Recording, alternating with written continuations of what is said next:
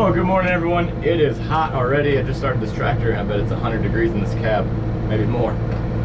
So what we're gonna spray is chaparral. Some people call it chaparral, and anyways, it's chaparral is the chemical it is. You'll see it here in a few minutes. And it's gonna kill, pick the camera up. All those dark green plants you see out there, those are all Cerezo lespedeza.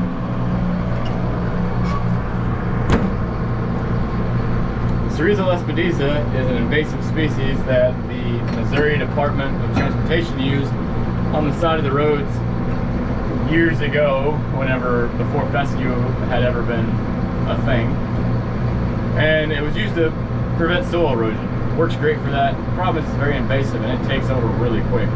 We've been brush hogging the last 3 years in order to try and keep it at bay, and it has stopped it from spreading because we do it before the seed comes out, but it has not pushed it back in. So there's two things that I want to do right now. One is I want to see what RPMs I'm at. So at, here, let's bump her down so it's even 1500.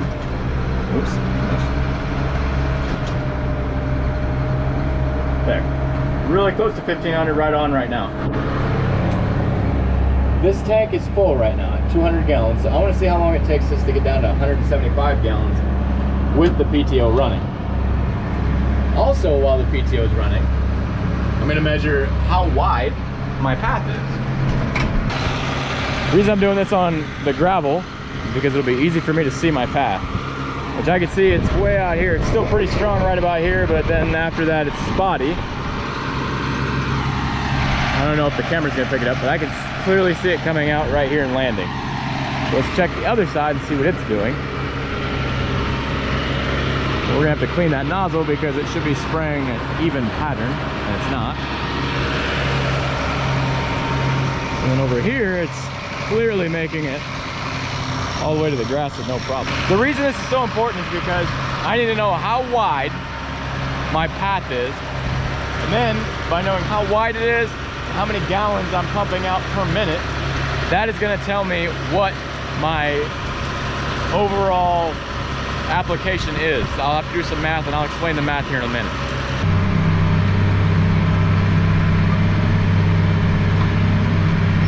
So we did our math earlier. What I know is I need 3 ounces of this mixed in 20 ounces of water, and I need all of that to be on 1 acre. So by basically breaking down all of our speed, the amount of product that's pumping out at 2200 RPMs all come into play, because I need to know that I'm putting out what is needed.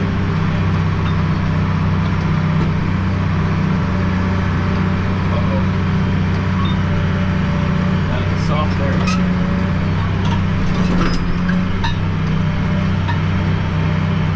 Really soft area. Ooh, 4-wheel drive saved us on that one. Oh, thank you, Allis, for making that an electronic thing and just pushing a button.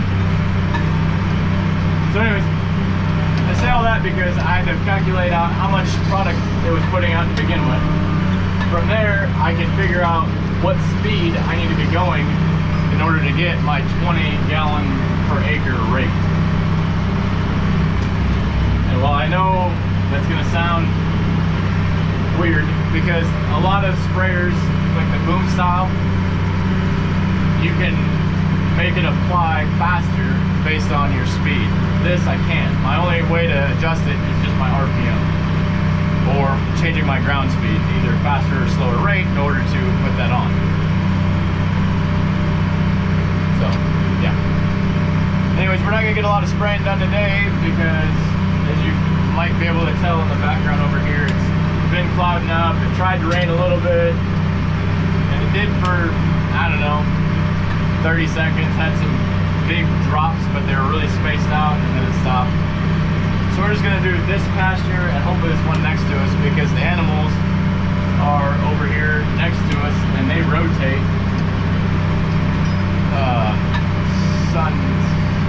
Sunday morning they rotate. Now we're getting somewhere.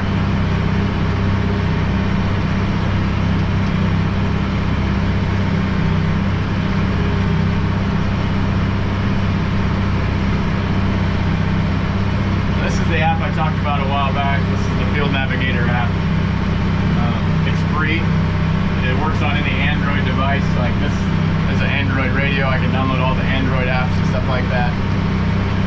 And for free, it's really hard to complain about because it does do pretty well. Especially if you pay attention, unlike what I was doing.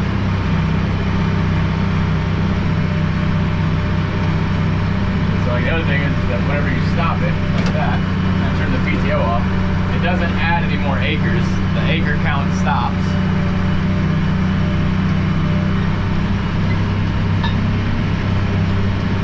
Back on target, we'll do that. Turn that on. Someday we'll have auto steer and something like this is more integrated into the tractor, so that when I turn the PTO off, or you know, because that's generally how we apply things, it would show what's been done. Or like if you go over something again, it wouldn't count it towards the acreage done. Well, the wind is pretty calm tonight. I mean, it's a little bit of a breeze, but not bad enough we can't spray. So Gage and I are gonna go and we're gonna spray at least one tank full and enjoy this beautiful sunset while we do it. You look tired. You are? Did you party too hard? We stayed up till 12 something last night. What party animal? Last time I looked at the clock, it was 12:28. Can't take you nowhere nights.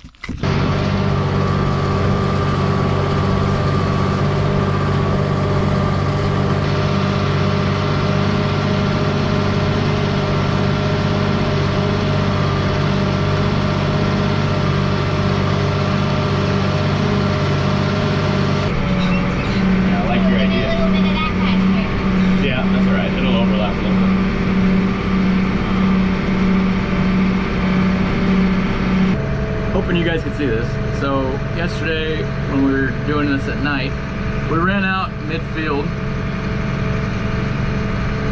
of spray. So we go in here and we go to our tracks. There it is. So we go to this one, showing map. It'll actually let me go back to it so I can start that track again. Let's see, this is it right here. We know exactly where we left off at. So we're gonna head back over there. All right, so we're way back here because I'm gonna start rolling forward and then I'll start it when we're close to the end of where we left off before. But I love the fact that this is gonna let us continue from where we were. Hopefully you'll be able to see it from there, I don't know.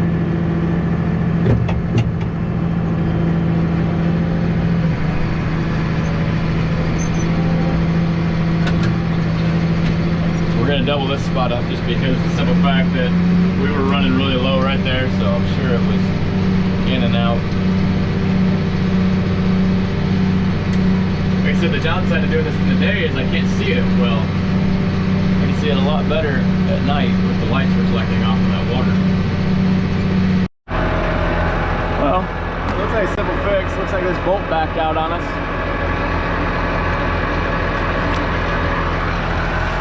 What it looks like. Oh, it's hot. Let's head back to the shop and fix it real quick, I guess.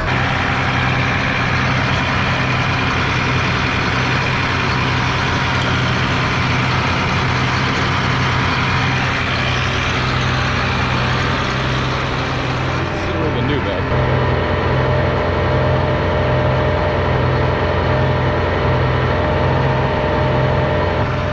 All fixed up.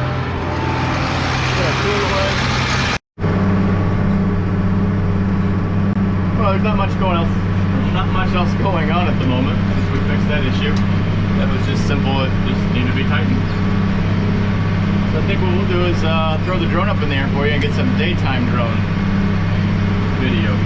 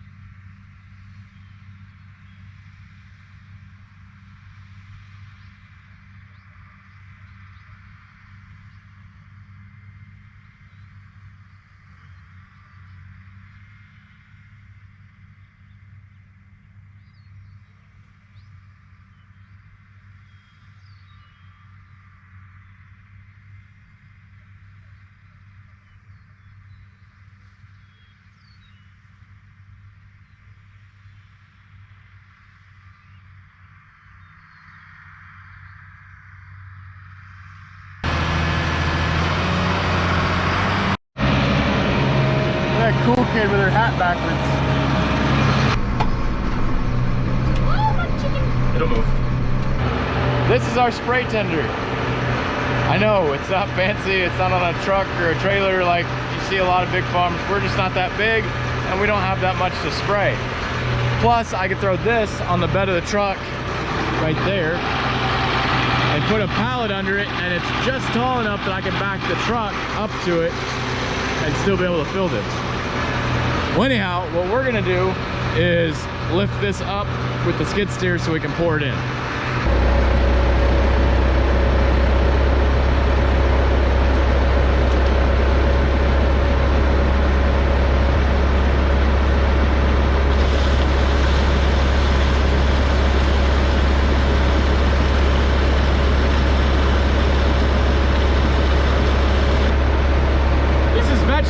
But this is what I'm using as the surfactant for my spray. So surfactant, basically, you mix it with whatever you're spraying and it helps it stick to the plant so the plants absorb more of it quicker.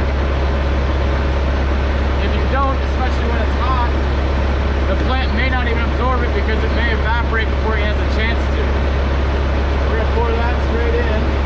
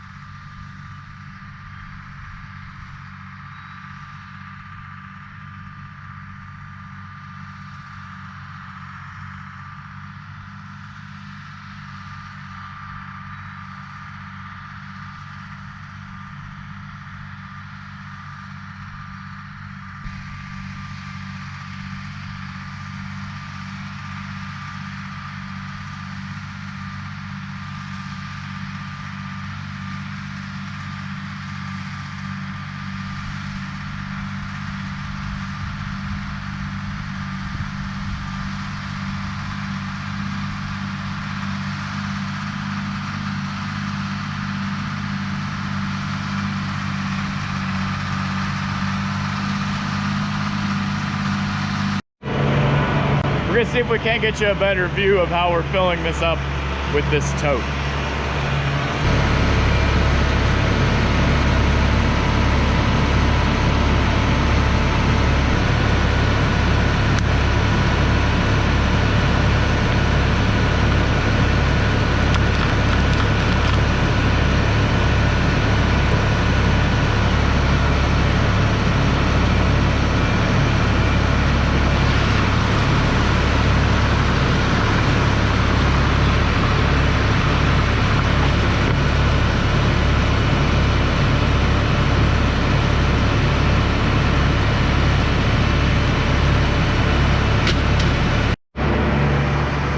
For those of you wondering, yes, that tote originally did have a valve on it. Well, that valve, we busted it out because we used to use that to store grain in, and we used an auger bit on a drill in order to get that grain out. So we had to bust the valve out of it. We do have one that's good. It's a 3-inch one. We didn't bust that out because those were kind of hard to find. So yeah, I agree. It would be, because I know somebody's sitting there like, hey, wouldn't it be a lot easier if you just had a valve on it? Yes, it would be. Instead, we just take that hose clamp off that we use as we've got a setup that's on there, it's plugged, and we take a hose clamp off, pull it off, and it sprays me a little bit, but it's been really warm here this week. Up in the low hundreds for the high. So we're definitely not hurting as far as that goes. Helps me cool off a little bit.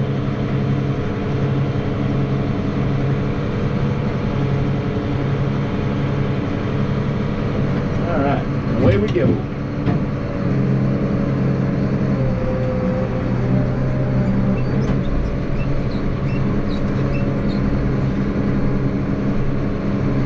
That is way better than me trying to come in here and use the hose to fill it up, because it'd take 200 gallons at roughly 8 gallons a minute. It takes a little while.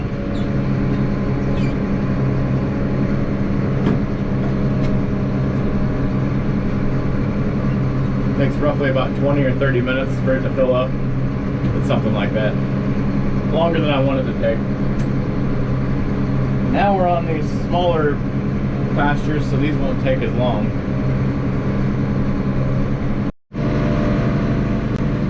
Well, folks, I think that's going to be it for me tonight. It is 11, it's almost midnight. 11:45. Sorry, 11:38. Saving this pasture. If I can remember what name it is. That was lambing paddock 2. Lambing pasture. Jeez. I'll get this right eventually. As you can see, it's good to know when it's time to quit. And I am getting a little fatigued, I think. So I'm going to go ahead and call it quits for the night. We have 10 acres left of pasture over here. And then I have the hayfield itself left. And that is it for our property. And then Chrissy's mom's, I gotta do a couple acres over there, and I gotta do some acres for Jason. So it'll be a busy day tomorrow, but very doable to get it done, especially with as quick as we can refill. So thanks for watching. I hope you enjoyed it. Have a blessed week, and we'll see you next time.